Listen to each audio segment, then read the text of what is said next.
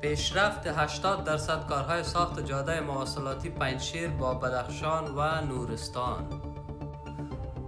مسئولان در ولایت پنجشیر از پیشرفت 80% کار ساخت جاده مواصلاتی این ولایت به بدخشان و نورستان خبر داده اند.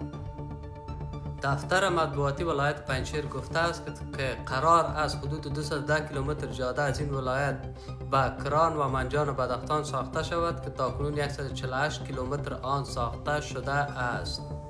در خبرنامه آمده که جاده مواصلاتی پنجشیر به نورستان نیز 179 کیلومتر طول دارد که تاکنون 104 کیلومتر آن تکمیل شده و همچنین یک جاده دیگر به منطقه شاه سلیم در چترال می رسد که این مسیر در مجموع 194 کیلومتر طول دارد و تنها 22 کیلومتر آن باقی مانده است.